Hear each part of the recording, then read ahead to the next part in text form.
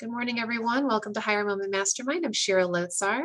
Happy to be your host today, joined by my colleague, Vern Schellinger. We are both here with a recruiting and HR and coaching lens to help answer all of your job search questions. So we will just keep it open and flowing as we always do, and start with whoever has a question about any aspect of your job search. We're happy to entertain it. I want to piggyback off of what Ty was saying about how many interviews it takes to, to land the job. I just came out of one. The process started in late February. It ended a week ago. This time last week, it was still open. I was one of the final two candidates. They did everything. I had 5 interviews. Interviews went over. I had one interview that was set for an hour, and it was with the head honchos, presidents, CEOs, at the top. That interview went over an hour, and I just felt like, I talked to my colleagues, and all my colleagues are all HR, and everyone was like, girl, you got that, just keep going.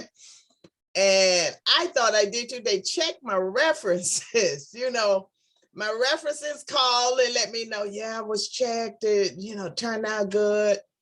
The whole works. I just knew I had it. I was like, oh, it's about time.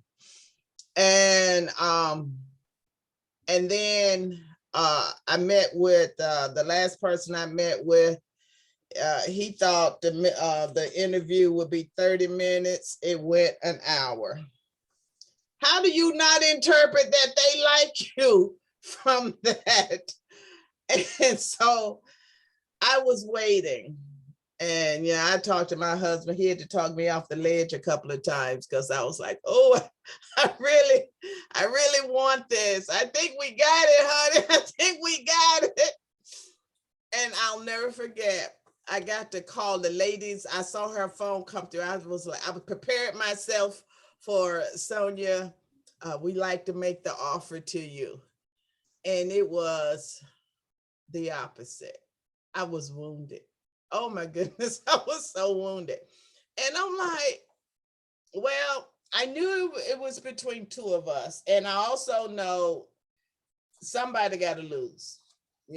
It's not, we both can't have the job. And so I took it in stride. I did thank the recruiter. They were wonderful. And everybody I talked to, I liked. Everybody. Normally it's at least one that you kind of like, well, okay, we'll get along. But everybody I liked. And I thought they liked me too.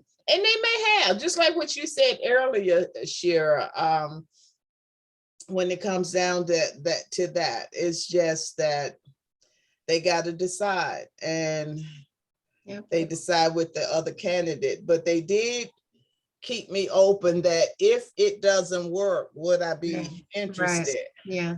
And I told them I would, So what I like in this too, and I've been using this expression recently, it's really the Olympics. It is. I mean, it really is. By the time you get to the interview, you're already in the qualifying round, if you will, right? Because somebody believes that your skills are good enough to be in the Olympics.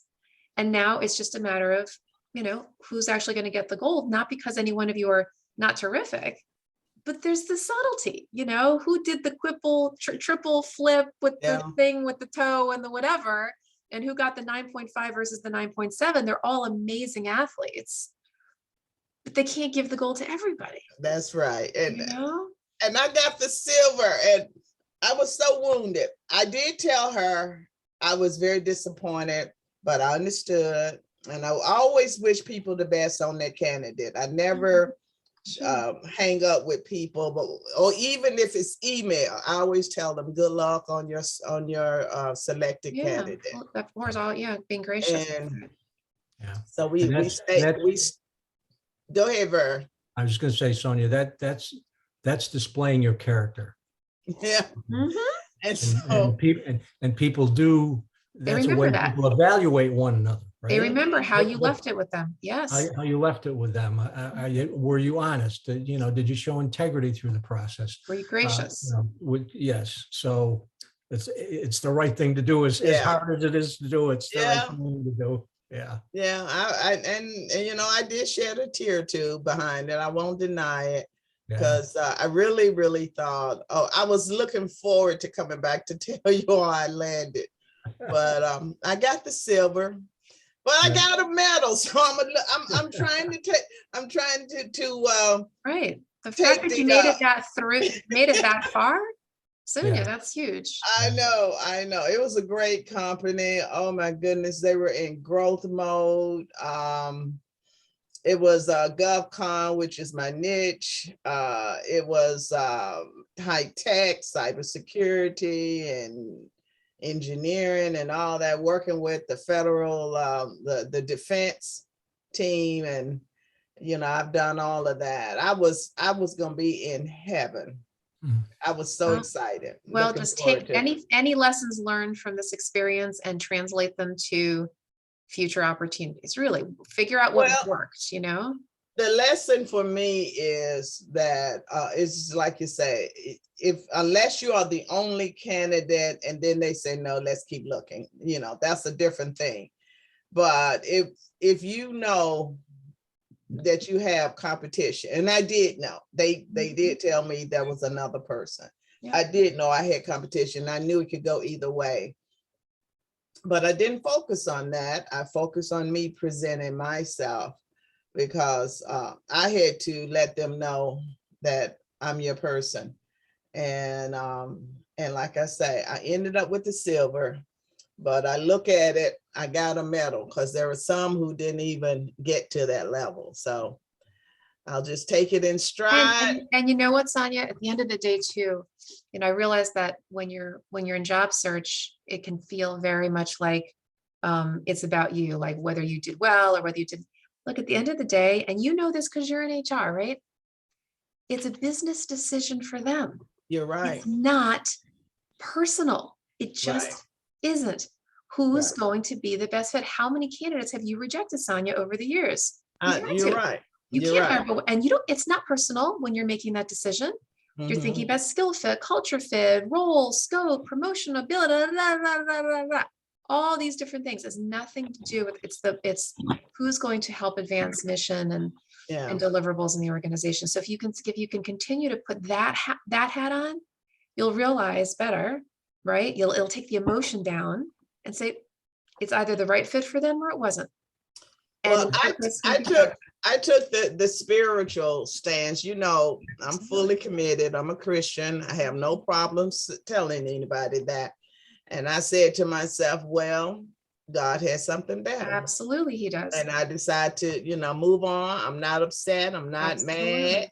It's like you say, it is a business decision. I've been there. I've been on that other side where I had to choose between two people. And that's right. And so I took it in stride. And just like that one was a good one, there's another one out there. That's for me. And Sonia, it's always about saying, Lord, what is my assignment? And if that was not your assignment, it wasn't your assignment, period, end. Something else is. And so I'm moving on, but I had to put it out there. Just, if anybody is going through that, I was thinking about you, Eric, because I know that one day, a couple of weeks ago, you were all decked out in your suit and you was ready to go. And he landed, right? Eric, yeah, he did. Yes. Yeah, he got the job. Yeah. When do you start, Eric? Remind us. I don't know yet. Still doing background check. Okay. Yeah, he got the job. But that's what I'm saying. You just take it in stride and move on. I'm just, it's the way I have to encourage people, because, I do have to, I'm part of HR Lit. I know Shira knows about it, but I spent over 2 years as the lead facilitator for that group. And you have to encourage it's people. It's an HR job seeker group for those who don't know. And so you have to encourage people, even when you're looking yourself. I've been looking myself, but in the meantime, there are other people who are out looking, and you just have to encourage them. It's not the one. I know one lady a long time ago, she interviewed with Booz Allen. Yeah, I'm gonna put their name out there. Everybody know Booz. She had 7 interviews with them. There is no way we thought that she wasn't gonna get the job. She didn't get it. Cried, understand. We give them a hug, wipe your tears, blow your nose. It's okay. Something's better. And she did land, and she did get a better job. Yeah. So that's how you have to look at it. Many years ago, there was when I was doing administrative search, and at that time, it was common for us to have a candidate that we'd send them on multiple interviews, right? Because we just had our whole team had a lot of admin openings, and I never forget this. So she, literally, this is 20 years ago, more than 20 years ago, and we sent her job after job after job, 9 rejections, like in a row. And she's like, I'm the bridesmaid. I'm the bridesmaid. I'm the bridesmaid. Yeah. As it happened, the 10th job that we sent her on, she got the job. And last I knew, she was still there all these years later. That was the job for her. The job. The other 9 were not. You have to take a look and say, I'm a natural optimist. Mm-hmm. My cup is always half full, never half empty. So I take it from that perspective that it's going to come, and I think it's going to come soon. And I'm just going to wait it out. Just keep on going, and don't take it personally. Just go on. Now, my references calls, what happened? I'm like, I don't know. It was their decision, but stay tuned. I'm gonna need you again. Well, Sonia, one of the other things to think about, and this really depends on the situation, but when you go that far, and the employer and those people you talk to get to know you that well, they obviously thought highly of you. You got to the final round. If there's any relationships that you think developed enough to stay in touch with those people, I mean, those people, if in their networks, if they hear of another job, they might say, oh boy, we just interviewed this person who was like tooth and nail. We had to make a decision, but she was really great. We loved her. You might get, referred to another job that you didn't even know existed. Now, again, that depends on, you got to have a sense of how the relationship was during that whole interviewing process, but that's something else to keep in mind. Will do. Thank you, Vern. Yeah. All right, Ty, you had your hand up before. Oh, well, I just want to thank Sonia for sharing, and I'm sorry that she didn't get the job, but I appreciate her attitude, and it helps me knowing that people are so optimistic, and especially with her walk and her faith like that, it's very uplifting. I was going to just piggyback on what Vern said. Can you go to an employer that you don't get a job and say, feel free to pass along my resume? Would that be appropriate?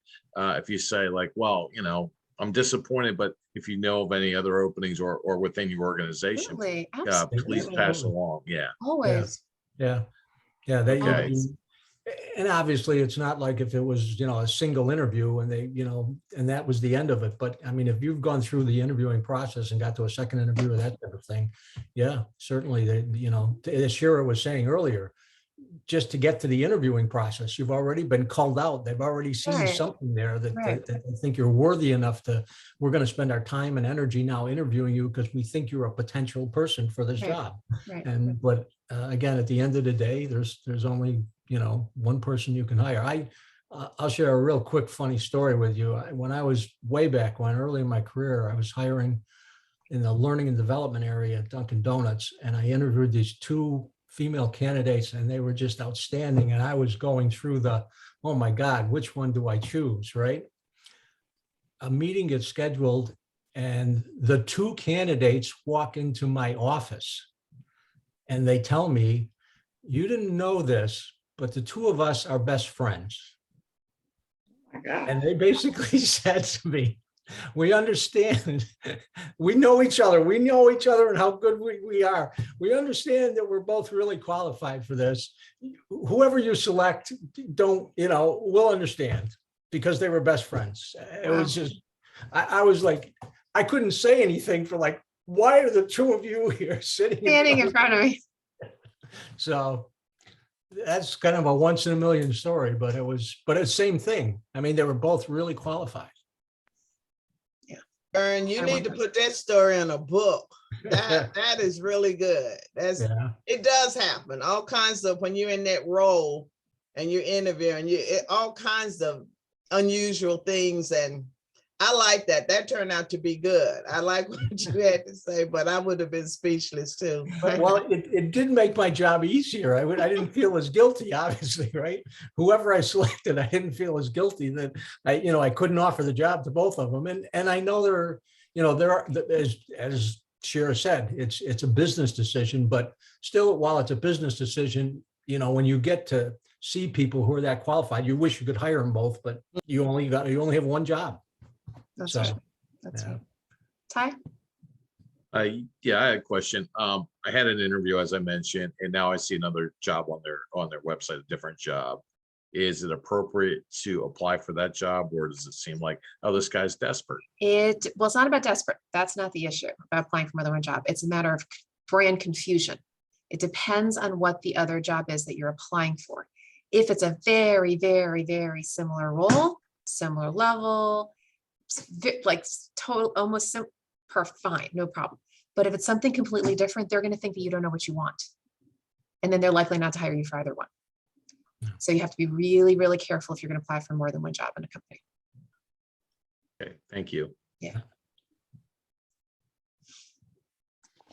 Martha, not to call you out, but to call you out. Do you have a question? Well, my question is, when do you become too old? I'm 79. I've had kind of a weird career. I came here to be the national vice president of the National Organization for Women in 1976. Then I taught 20 years, went to law school and practiced law 30 years. And I'm still vivacious and lively, and I don't like doing volunteer work. I want to do something and get paid for it. And I know that sounds crazy, but that's my way of philosophy of life, so to speak. Have you been doing a job search? Yes, kind of yes and kind of no, because as I say, I'm afraid I'm too old to even look. And I don't believe in such a thing. Okay, you're qualified. You're qualified. All right. Period. End. Now that said, because you have a lot of experience, it's very unlikely someone's going to hire you for an entry level role. Okay, but that's just your qualifications. More than likely, it would be for a senior level position, which of course there are many fewer of those jobs, right? Because they're at the top of the mountain, obviously.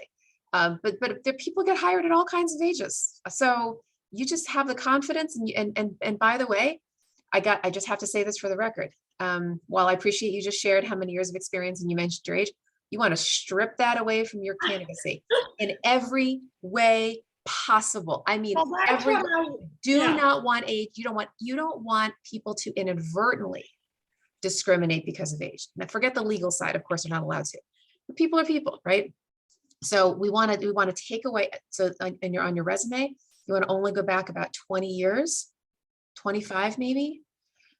You want to anything on LinkedIn, anything that says anytime you said X many years of experience, strip that away. You don't want to ever lead with that, ever include that. You want someone to hire you based on your qualifications, not around your demographics.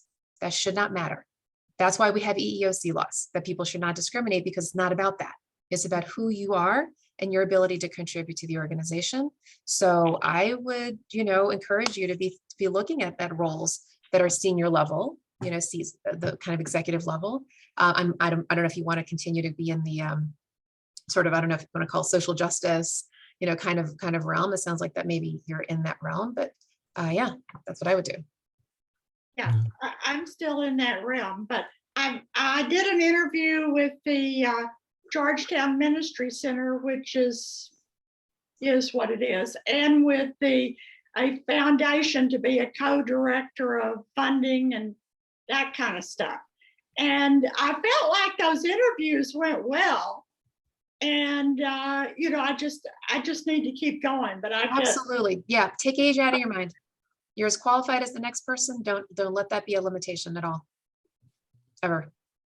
Yeah, where people get hired at all kinds of ages, and in fact, You know, these days, remember 65 used to be the age of retirement because back in the 20s and 30s, you know this, right? People didn't live They much didn't past live that. It much was an past actuarial, 65. huh? They didn't live past much. Exactly. It was an actuarial thing, right? These Yeah. days, people are living longer. So what is it? 65 is the new 45 and so forth and so on, right? So yeah, Right. all bets are off. You just go in with confidence in your abilities, forget about your age and stage. You just go for it. Thank you. Yeah. Is there a particular, as Shira was just mentioning, is there a particular area or focus that you have? I mean, is social justice it, or is it anything even more specific than that? I decided I would try to work with the sentencing project.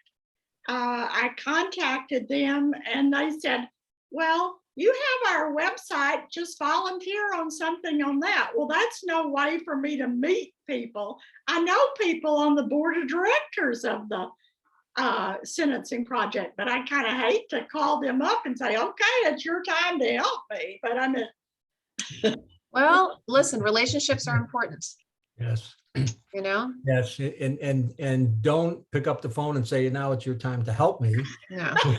Pick up the phone and say, hey, it's been a while since we Right. talked. I want to just tell you what Right. I'm up to, and I'd like to tell me, what's going on with you and what are some of the challenges you're facing. You just have a conversation with them. That's right. Begin That's to redevelop the relationship if you know these people and they're on the board of directors. And the more often you do that, if you have multiple people who are on the board of directors that have calls with all of them, and eventually they're going to know that you are looking for a position. Now, maybe it's not in their organization, but if they're on board of directors, they probably are aware of other opportunities in other places.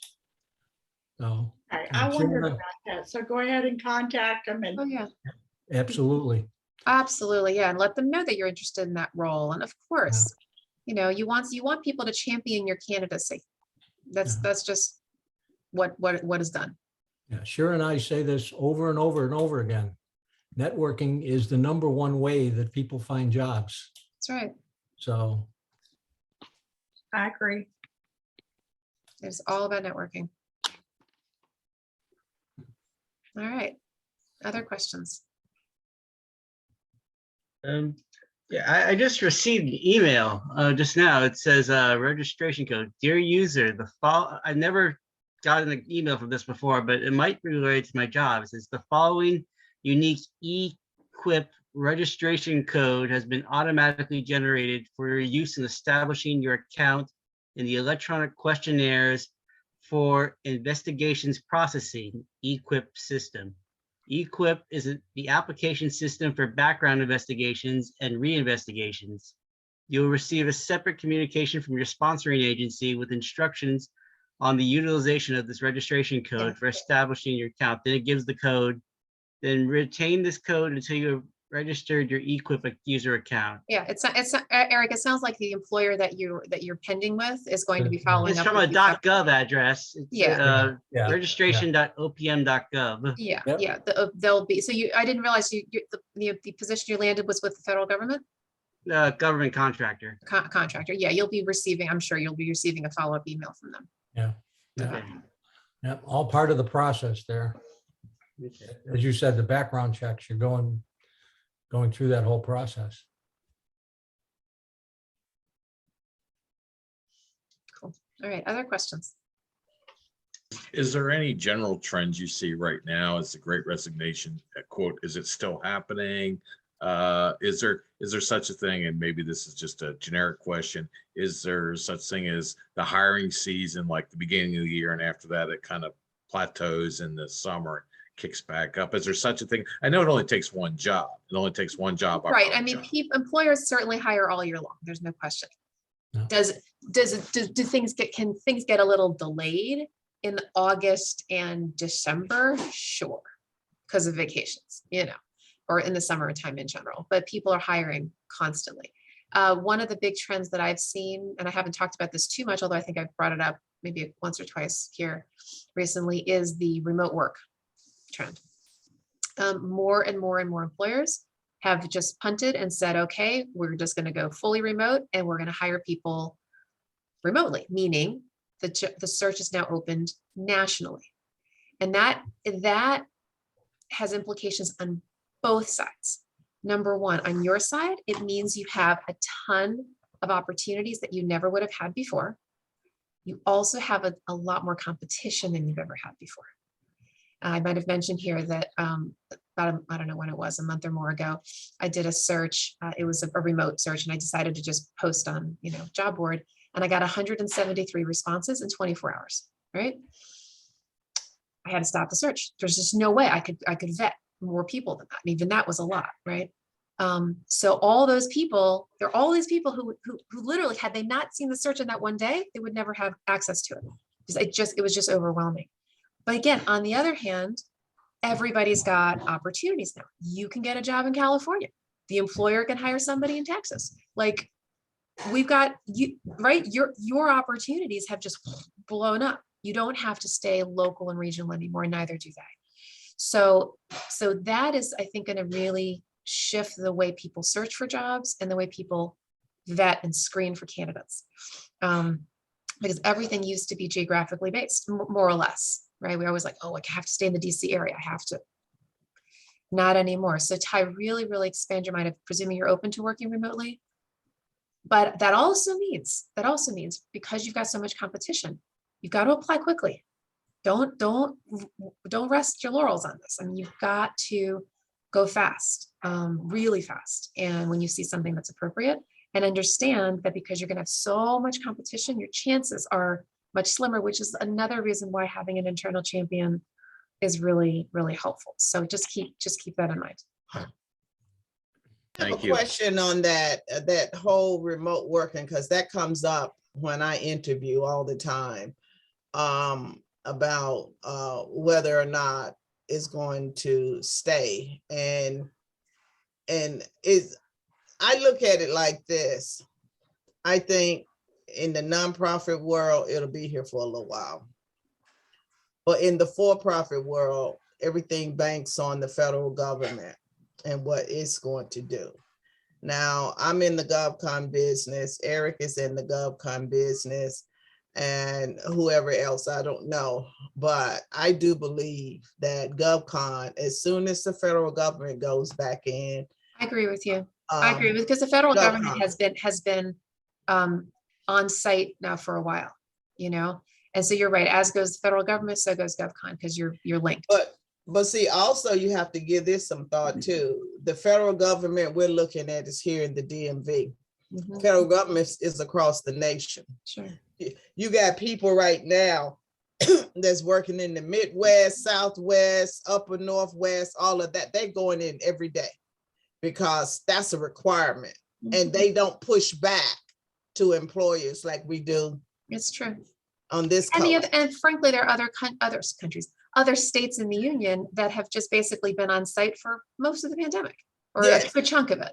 Absolutely. So the DC area, I think you're right, is a little bit of an, or it's the East Coast, maybe I should say, a little bit different than the rest of the country. And so I would imagine, look, I don't do trend analysis on that, and who knows who does, but I would imagine that those organizations, putting aside the federal government and GovCon, who went remote because that's what they believe to do, and all their employees for the last 2 years have gotten used to that and have been perfectly productive, in fact, overproductive and stressed out, but that's a different story.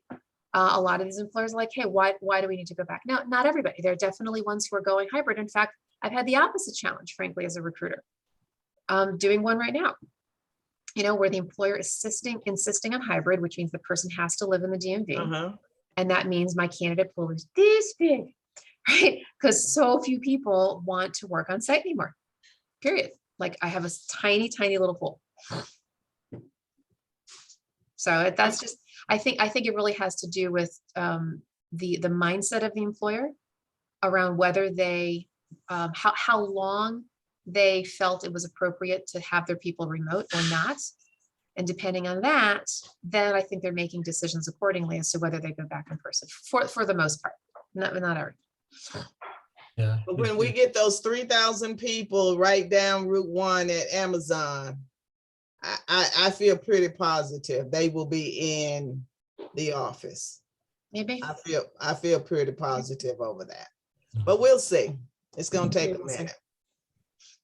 And I think it's going to be dependent a lot on the, the senior level management of the organization and the culture. And, there's Really? certainly, I know there's, I know the company my daughter works for, they're pretty much demanding, we need to go back to some type of hybrid. They're demanding it.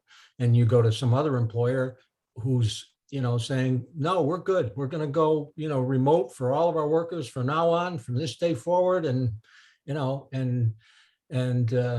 so it's still an evolving, area. And there's no easy answers here. That's for sure. For the employer or the employee. It's a moving target. It's a moving target. We will settle out at some point, I'm sure, but we're in flux right now. Yeah. Everybody's in flux. Ty?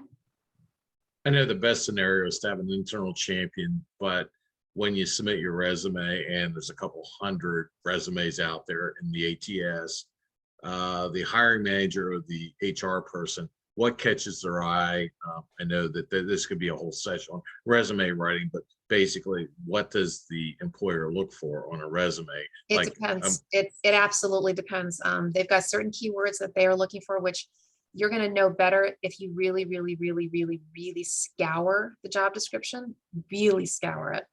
You got to do some analysis here, but looking at the qualifications section, the first 3 bullets, we'll get to you in a second, Eric. I see.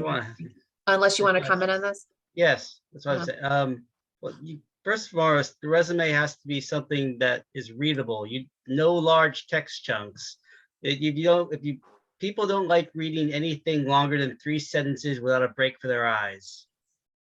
At most, if they do that, they're looking to like, ugh, too much. Next. It's true.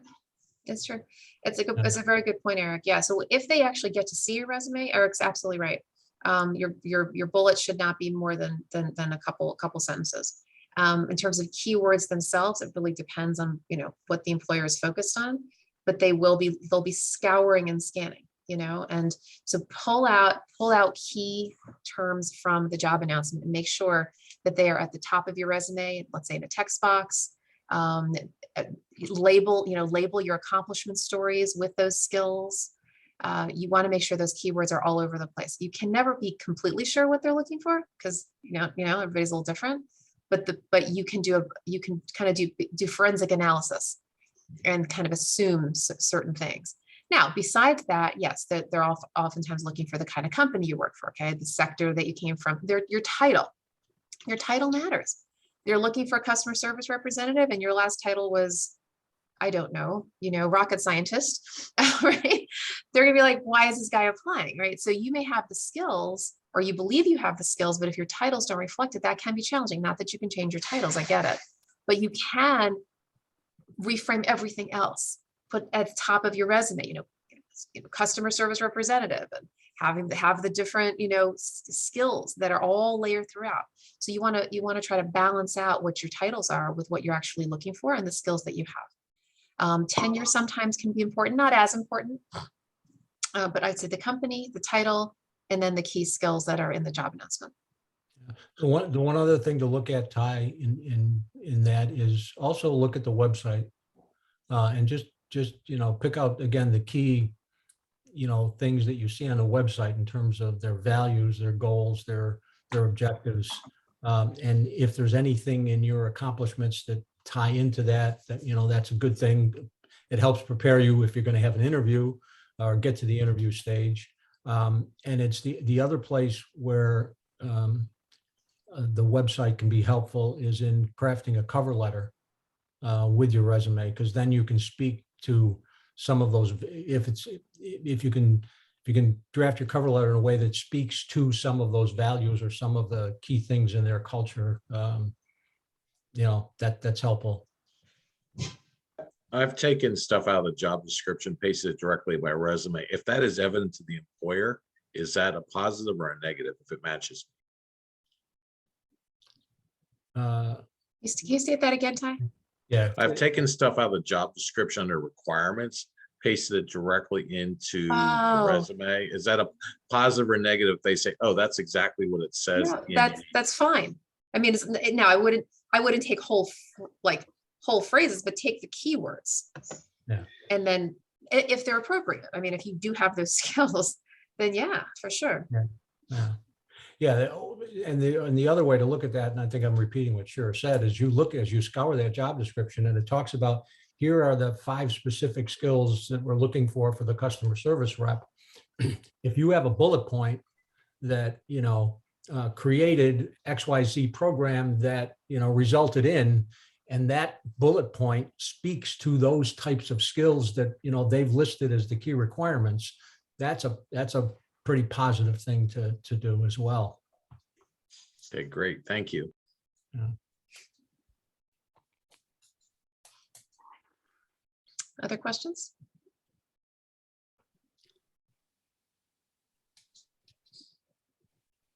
We could end early today if you like.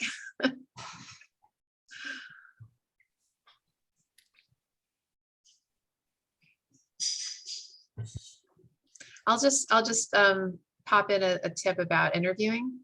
I know we talk about different things at different times. When you're interviewing, it's very important that you are really critically listening for what the employer actually needs from you. It's not about you just staying on message. It's not about you just having all your great accomplishment stories at the ready, which you do need to have them at the ready. It's about pinpointing your responses to address their direct needs. You've got to be listening critically from the time you look at the job description to every question that they ask you. They're asking you these things for a reason, not for their health, okay? And if they ask you what a greatest accomplishment is, you pick an accomplishment that speaks to that role, how you're going to help, how you've helped another organization in the past in a way that you can now help them in the future. That means you've got to do a critical analysis of that posting. And again, listen to the types of questions that they are asking you about, right? Like listen to the phrasing of it. You can even ask a follow-up. When they ask you a question, you can actually ask a follow-on question. I say, well, that's a really interesting question, Ms. Employer. I notice that you're focusing on this particular skill. Can you share, just give me a little more color as to why that skill is important for the role? Because I'd like to be able to align my accomplishment story with your need. And that might give them a prompter to say, oh, well, okay, yeah, because in the role, you're going to be doing blah, blah, blah, blah. Wonderful. Thanks for sharing. Now here's a great story.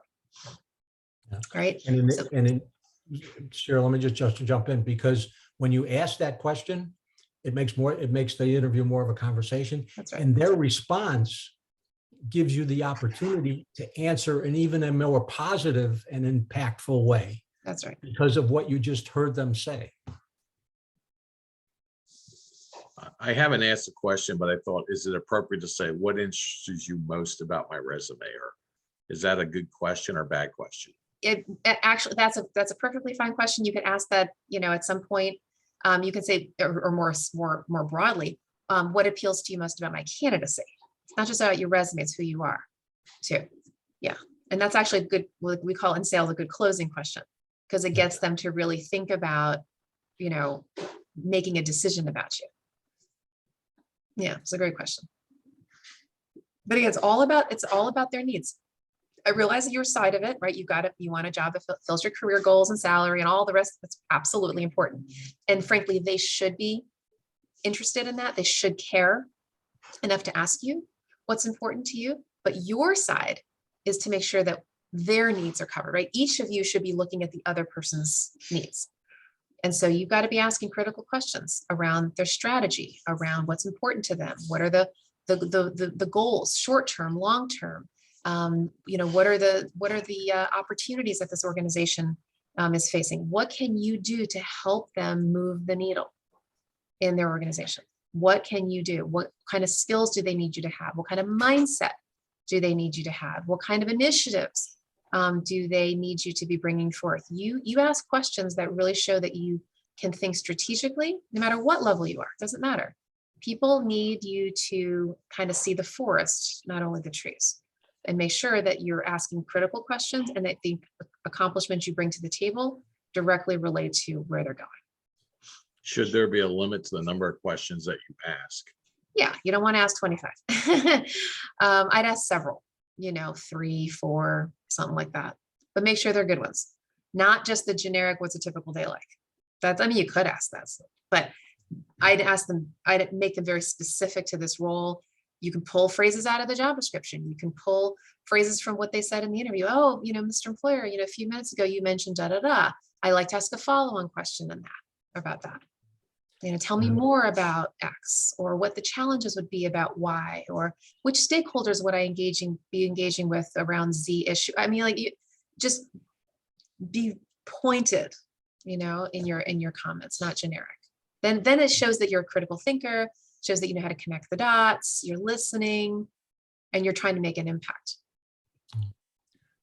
A good question to ask. Thank you. A good question to ask is, what does success look like in this job? If you were to hire me and in the next 6 months, I, met and exceeded all your expectations, what would cause you to say that? And they're going to tell you, hopefully they'll have a good answer to that. They're going to tell you very specifically what it is. And then again, you listen. And then, when you hear them say something that, oh, wow, I did that at ABC company, then you can respond in kind and basically saying, well, you just said this is what success looked like. And here's an example of how I've already done this, and how if you hire me, I know I can, meet your criteria for success in this role. Thank you. Yeah.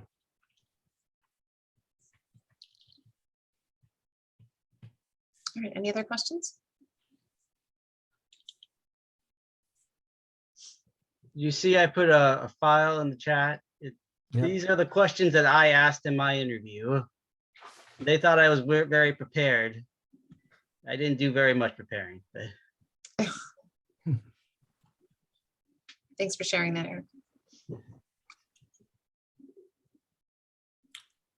Yeah, so I'm reading what Eric said, and I said, what does success look like? He had the question that says, what are the 3 things I can contribute in the first 100 days to make you feel great about hiring me?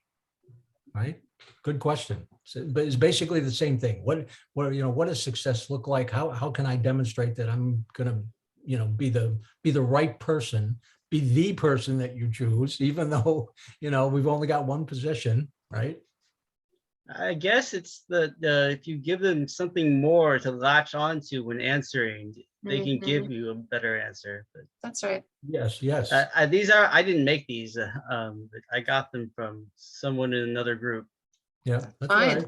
right. That's why everybody's here to help each other, right? That's right. That's great. Thank you for sharing that, Eric. Yeah. All right, other questions, thoughts, comments?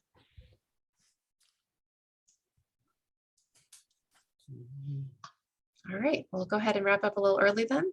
And as per usual, anyone who would like to stay on for the short prayer call at the end of this meeting, you're certainly welcome to. And for everyone else, we look forward to seeing you next Friday. All right, have a blessed Bye, day. everybody. Have a good week.